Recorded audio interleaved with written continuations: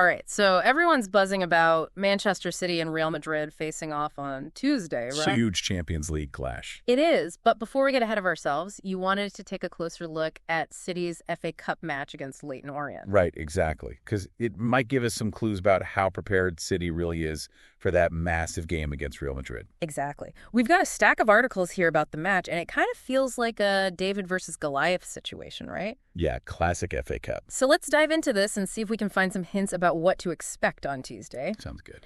Okay, so to set the scene, it was the fourth round of the FA Cup Leyton Orient's home turf Brisbane Road, totally packed. Electric atmosphere. Oh, yeah, and of course, no VAR in this round, which always makes things a little bit unpredictable. Absolutely. And that lack of VAR, well, it might have played a role in the first big surprise of the match. Oh, yeah. Just 16 minutes in, and Jamie Donnelly, who's actually on loan from Tottenham, scores for Orient with, I mean, you have to see it, an audacious 45-yard chip goal.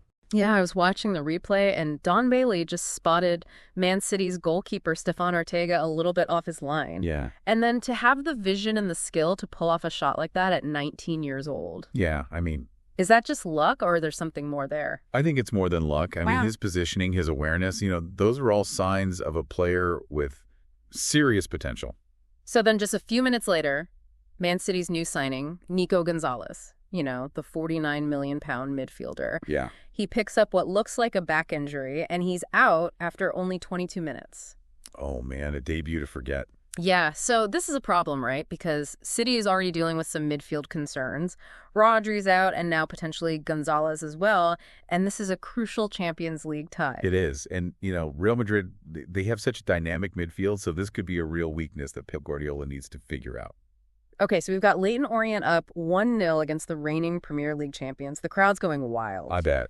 Did they actually believe that a giant killing was possible? The energy was definitely there. But City, they rarely stay down for long. True. They even things up in the 57th minute, although it wasn't exactly a pretty goal. No, it wasn't. It was an own goal by Abdulkadir Khusanov, right? Yeah, a shot from Rico Lewis, deflected off Khusanov and went straight into the net. Unlucky for the young player, but it did bring City back into the match. It did. Now, Leyton Orient's goalkeeper Josh Keeley, he was having an amazing game, but could he really hold off a team like City for the whole 90 minutes? He made some incredible saves, some really spectacular ones.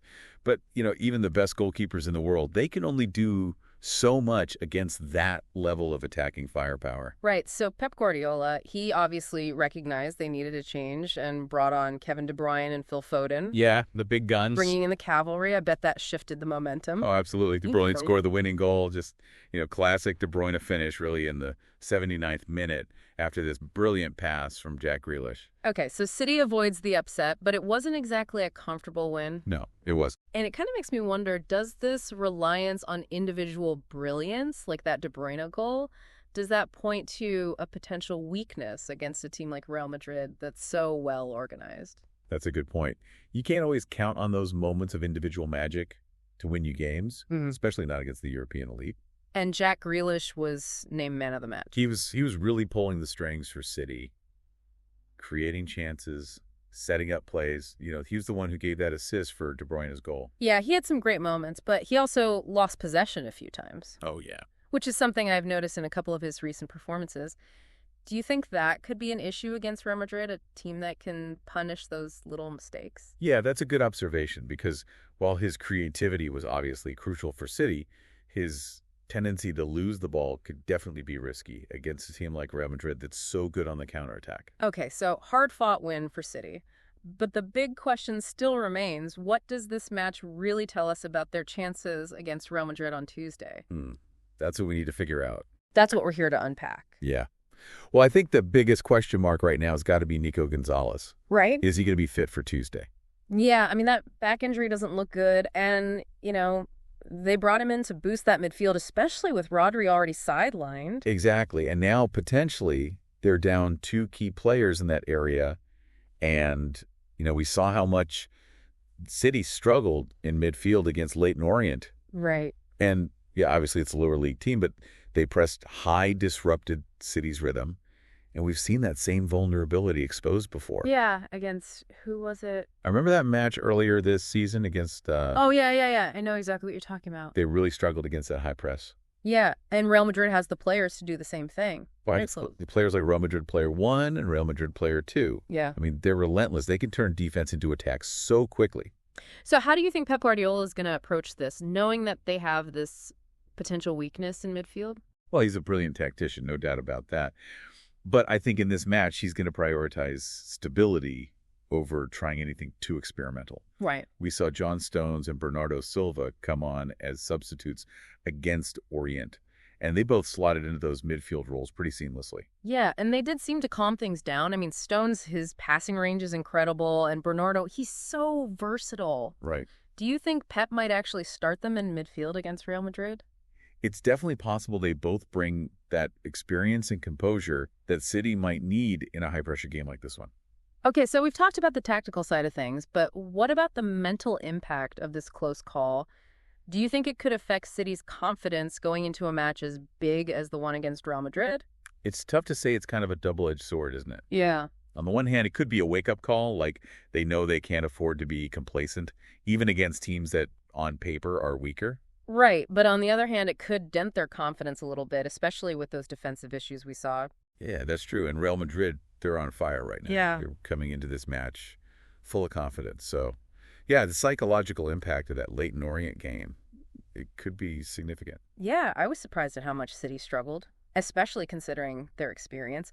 Do you think complacency was a factor at all? Maybe. I mean, even the best teams in the world, they can have those moments where their concentration lapses, and Leyton Orient, they took full advantage. They played with so much energy and passion, and you could tell they truly believed they could pull off the upset. It was a great reminder of why we love the FA Cup, right? Absolutely. Anything can happen, but okay, let's get back to the Real Madrid match. What's your overall prediction? Okay, prediction time.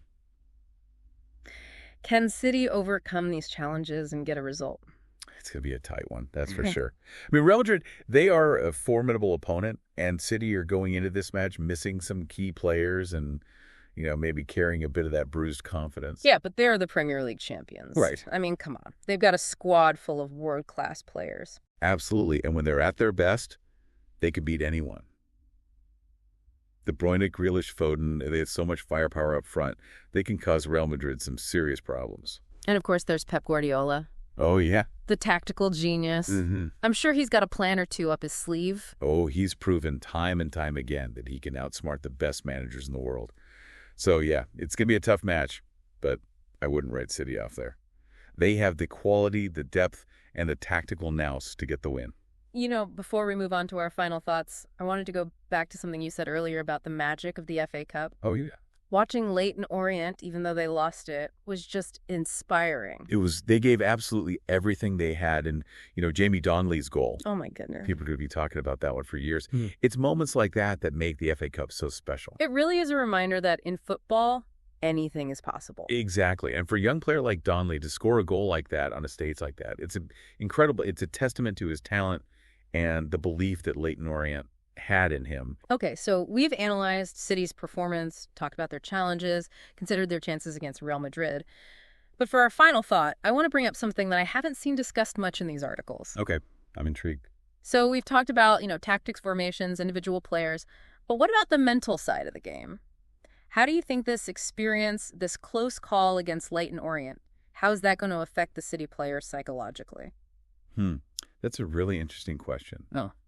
I mean, it could go either way, couldn't it? Right. It could make them more resilient, more determined to prove themselves, or it could have the opposite effect. Yeah, they might be carrying that doubt, that fear of making another mistake. Exactly. We won't know for sure until Tuesday when they step onto the pitch against Real Madrid. Yeah. But, the mental game, it's often the deciding factor in these huge matches. So will we see them playing with more urgency, more focus on being disciplined at the back, or will those ghosts of Brisbane Road come back to haunt them? It's like a psychological puzzle. We'll have to wait and see how it unfolds. But it's a good reminder that football is more than just physical skills and tactics. It's a mental game, too. That's a great point to end on as we wrap up this deep dive. I'd encourage everyone listening to look beyond the goals and the saves when you watch City play Real Madrid. Try to see how that Leyton Orient match might have affected them mentally. Yeah, watch their body language, how they react to setbacks. Sometimes those little details tell you more about a team's mindset than any statistic or highlight reel. That's great advice. I'll definitely be watching closely, and I'm sure you will be too. Thanks for joining me on this deep dive. It's always fascinating to uncover these hidden layers of the beautiful game. The pleasure is all mine. Until next time, keep learning, keep questioning, and keep diving deep. It's going to be fascinating to see how it all plays out on Tuesday. It really is. And, thinking back to what we were talking about at the beginning about those stress test matches. Right, those games that maybe don't seem that important but actually tell you a lot about a team. Yeah, exactly. And maybe this Leyton Orient game, with all the drama and the unexpected challenges, maybe that's actually the key to understanding how City's going to perform against Real Madrid. Yeah. Or, another way to think about it is sometimes a tough match, even a near upset like that, Yeah. it can be the perfect preparation.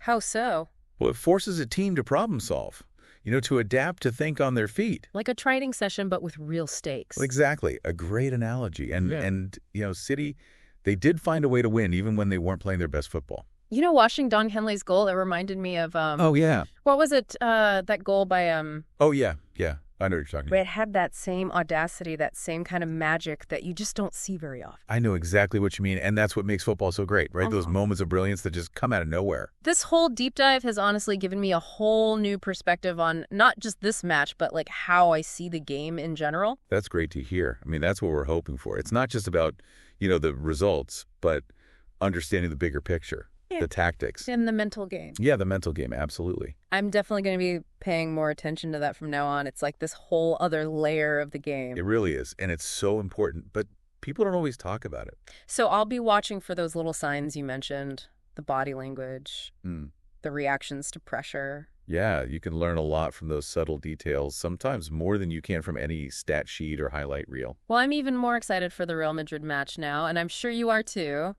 Thanks for joining me on this deep dive. It's always a pleasure talking football with you. Always a pleasure, and to everyone listening, thanks for joining us, and we'll catch you on the next deep dive.